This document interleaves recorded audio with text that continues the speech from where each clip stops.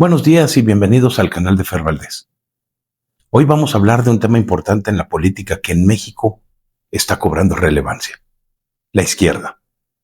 Vamos a platicar de por qué no es una buena opción, incluyendo el cómo promueve el odio disfrazado de derechos y cómo afecta el comercio y los empleos.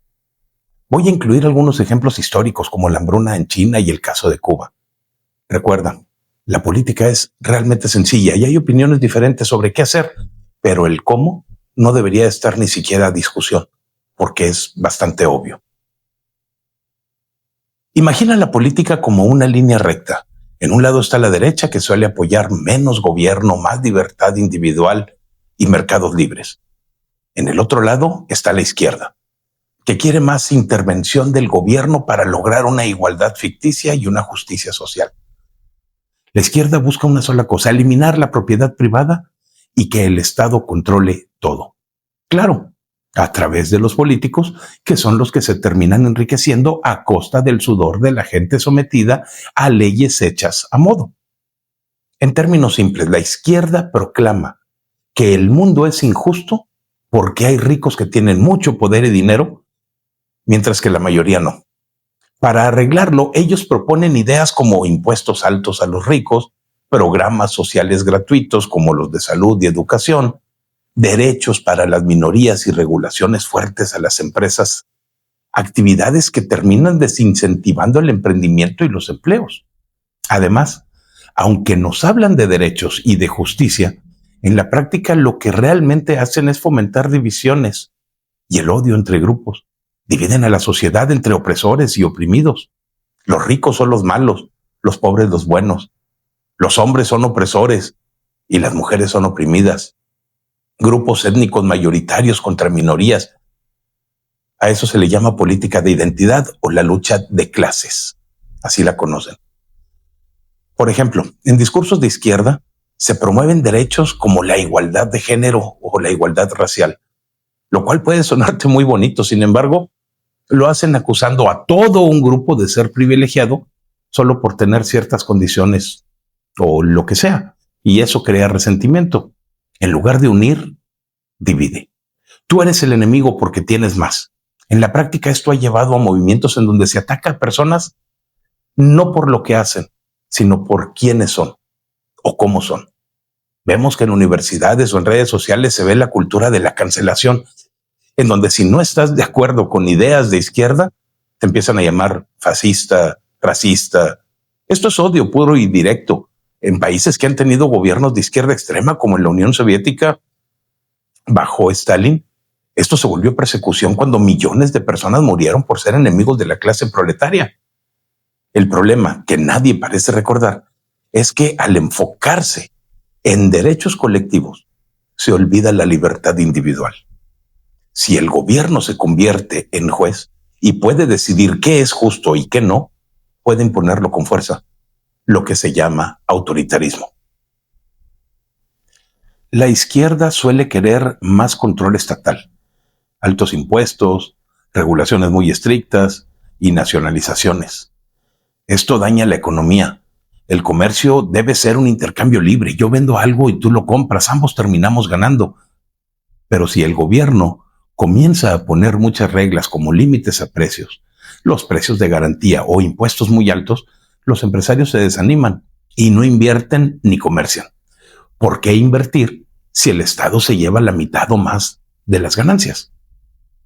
Esto reduce la innovación, la competencia. Por ejemplo, si una empresa quiere abrir una fábrica, pero hay regulaciones ambientales extremas, o simplemente hay sindicatos que son obligatorios, que terminan por encarecer todo, pues mejor se va a otro país en donde sea más sencillo hacer negocio. La izquierda en México promueve salarios mínimos altos y protecciones laborales muy fuertes, lo que suena genial, pero si un negocio pequeño no puede pagar eso, cierra o despide gente. En lugar de crear empleos, se pierden. Algo que vemos que está ocurriendo en México en estos días. En la propuesta de economía de izquierda, el Estado termina controlando las fábricas, pero sin competencia, y todo se vuelve ineficiente. La gente no trabaja duro, no le echan ganas porque no hay incentivos. Si todos ganan lo mismo, ¿Para qué se tienen que esforzar? Los ejemplos de Singapur o de Corea del Sur, que tienen mercados libres y muy bajo desempleo, nos demuestran que países con más libertad económica crecen más. En contraste, vemos a un Venezuela en donde hay un gobierno de izquierda que nacionalizó industrias y el resultado es la hiperinflación, la escasez de productos y servicios y millones emigrando por falta de empleos. Queda claro que la izquierda inhibe el comercio al poner barreras y los empleos al reducir la motivación porque prefiere la igualdad forzada sobre la prosperidad voluntaria. Para entender mejor, veamos algunos ejemplos históricos que son reales. Primero, hablemos de la gran hambruna en China bajo Mao Zedong, aquel líder comunista de izquierda. Mao quería industrializar rápido con aquel llamado gran salto adelante.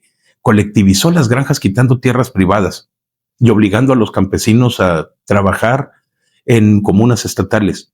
Y esto fue un desastre. Sin incentivos personales, la producción cayó. El gobierno mintió sobre las cosechas para verse bien y terminó exportando comida mientras su propia gente moría de hambre. El resultado fue alrededor de 45 millones de muertos. Autoritarismo puro. El Estado controlaba todo, pero promovía el odio contra burgueses y ejecutaba a los disidentes. Otro ejemplo, Cuba, bajo Fidel Castro. Después de la revolución de 1959 implantaron un socialismo, una forma de la izquierda extrema. Nacionalizaron empresas, eliminaron la propiedad privada y prometieron igualdad. Al principio, pues sí, mejoró la educación y la salud, pero a un costo muy alto. Sin embargo, el problema principal es el sistema. Sin un comercio libre, la economía se terminó estancando. Hoy Cuba es pobre, con un racionamiento de comida y con una electricidad que les llega en horas. Millones han huido y el gobierno reprime protestas. Es un estado fallido que, igual que Morena, priorizó la ideología sobre la realidad, promoviendo derechos como antiimperialismo, pero disfrazó la represión y la pobreza. El gobierno crece tanto que termina aplastando libertades, causa hambrunas o el estancamiento de la economía y utiliza los derechos para justificar el control. En resumen, la izquierda política te engaña prometiéndote igualdad y justicia a través de más gobierno, pero en la vida real está promoviendo el odio disfrazado de derechos al dividir a la sociedad en bandos e inhibe comercio y empleos con regulaciones que terminan matando los incentivos. Ejemplos como China y Cuba nos están mostrando riesgos, el autoritarismo, la pobreza y la muerte. Y si todo esto te suena muy lejano, como historias de libros que leíste en tu juventud, déjenme decirles que no lo es. Aquí en México lo estamos viviendo en carne propia con el gobierno de Morena, que es de izquierda, lo que significa que vivimos bajo una mezcla muy tóxica de promesas vacías, de enriquecimiento personal de los políticos y un control autoritario.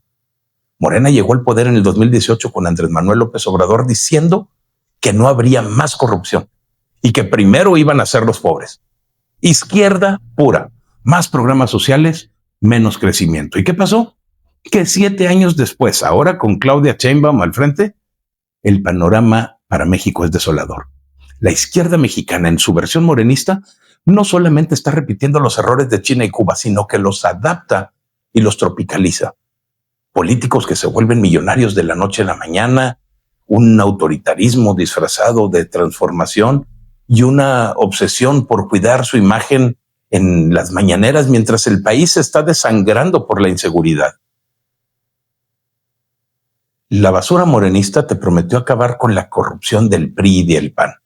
Esos gobiernos neoliberales que decían robaban a manos llenas.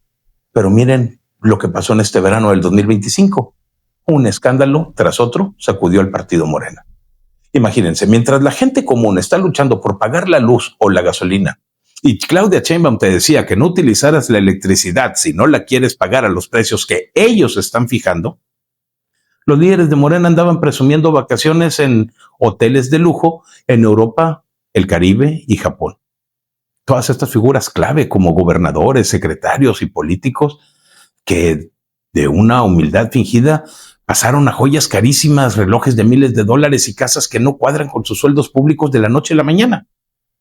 Por ejemplo, En agosto saltó el caso de varios cercanos a Claudia Sheinbaum. Uno de ellos, Hernán Bermúdez Requena, el exsecretario de Seguridad en Tabasco bajo Adán Augusto López, que es otro peso pesado en Morena y que fue ligado directamente al crimen organizado.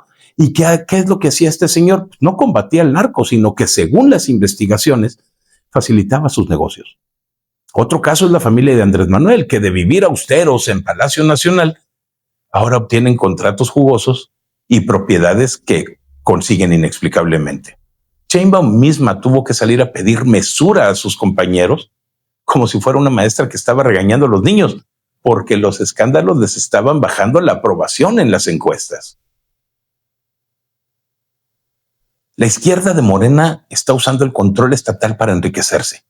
Con nuestros impuestos están manteniendo empresas como Pemex o Comisión Federal de Electricidad, no para ayudar al pueblo, sino para repartir contratos a sus amigos. Mientras tanto, nos aumentan los impuestos a todos, no solamente a los ricos, pero los desvíos, esos van a sus bolsillos que se aseguran de mantener bastante privados. Por eso, poco menos de la mitad de los mexicanos ya ve a Morena como igual de corrupto que los partidos de antes. Sí, no es opinión mía. Eso le dicen las encuestas. El PRI tiene un 73% de rechazo, el PAN 60%, y Morena ya está llegando al 50% y va subiendo. ¿Cómo se vuelven ricos los políticos de Morena? Es muy sencillo, con todas estas leyes a modo, como la reforma judicial del 2024 que les da control sobre jueces para que no investiguen a los suyos. Es el clásico truco de la izquierda. El Estado grande se convierte en su patio trasero. Mientras tanto, el pueblo termina pagando con inflación, devaluación del peso, abandono y programas sociales que no resuelven absolutamente nada. Pero el autoritarismo del régimen actual es todavía peor. Morena no es solamente una izquierda económica, es autoritaria en todo. ¿Recuerdan eso de la Cuarta Transformación? Eso suena a revolución, pero en la práctica no es otra cosa más que control total. Desde Andrés Manuel atacaron a la prensa independiente llamándola fifís, fachos, conservadora. Ahora con Claudia Sheinbaum va peor. En septiembre de 2025 se hablaba ya de una autocratización, un paso hacia la dictadura disfrazada. Si quieres ejemplos, podemos mencionar, la reforma electoral que debilita al INE para que no cuestionen sus fraudes, o el uso de la Guardia Nacional que está militarizada para vigilar elecciones de opositores. Hay estados como Guerrero o Michoacán en donde Morena gobierna. Imponen candidatos a puntas de amenaza. Igual que los cárteles, el crimen organizado controla más de la mitad del país y el gobierno, en lugar de estarlos combatiendo, los está abrazando con su política de abrazos y no balazos. El resultado han sido más de 30,000 homicidios al año y que el riesgo político por inseguridad y corrupción se haya disparado. Pero lo que más indigna es cómo prefieren cuidar su imagen antes que la seguridad de la nación. Todos los días, las mañaneras de Claudia Sheinbaum, igual que las de Andrés Manuel, son un show de 2 horas en donde defienden su proyecto y culpan al pasado. Pero lo culpan de la violencia que ellos mismos no quieren detener. En lugar de invertir en policías locales o en inteligencia contra cárteles, están gastando millones en propaganda, spots en televisión, en redes sociales que están llenas de bots e incluso aviones para giras que parecen vacaciones. Este verano, mientras Sinaloa ardía con balaceras entre grupos criminales, Claudia Sheinbaum estaba peleando hacia el exterior del país con Donald Trump y sus amenazas arancelarias. ¿Pero qué hizo por la gente que huye de sus pueblos? Nada. En cambio, posan con selfies en comunidades indígenas o reparten despensas con el logotipo de Morena, como si eso fuera a resolver el miedo de salir a la calle. Veamos un caso de 2025. En agosto, organizaciones de la sociedad civil le hicieron a Claudia Sheinbaum un llamado urgente a resolver la corrupción en seguridad. La respuesta que obtuvieron fue un mayor silencio o más discursos. Mientras tanto, en Veracruz o Tamaulipas, los cárteles controlan puertos y el huachicol fiscal, y los gobernadores de Morena voltean para otro lado. Prefieren su narrativa esa de estamos transformando que admitir el evidente fracaso. Y el pueblo paga. Hay familias destrozadas, niños reclutados por narcos, mujeres desaparecidas. Las encuestas, de noviembre pasado muestran que la inseguridad es la segunda deuda mayor de Claudia Sheinbaum con la población, después de la corrupción. ¿Por qué? Porque están priorizando mantener el poder y su lujo sobre la vida real del pueblo. La izquierda de Morena, como la de Mao o la de Castro, está utilizando el discurso de justicia para justificar su control, pero termina en políticos ricos que viven en burbujas, autoritarios que aplastan disidencias y un país que es más inseguro, en donde el miedo es el pan de cada día. No cuidan la nación, cuidan únicamente sus redes sociales. No podemos caer en la división que están promoviendo, eso de ricos contra pobres, gobierno contra oposición. Tenemos que exigir cuentas a nuestros políticos. Votemos con la cabeza en 2026 y 2027 y apoyemos medios independientes. México merece más que promesas. Si la izquierda fuera tan buena como ellos dicen, ¿por qué siempre termina creando pobreza, control y lágrimas? Gracias por estar aquí en el canal de Fer Valdez. Si te gustó, por favor, dale un like, comparte y suscríbete para que escuches más verdades donde no me limito. ¿Qué opinas? Déjame tu comentario. Nos vemos en el próximo video.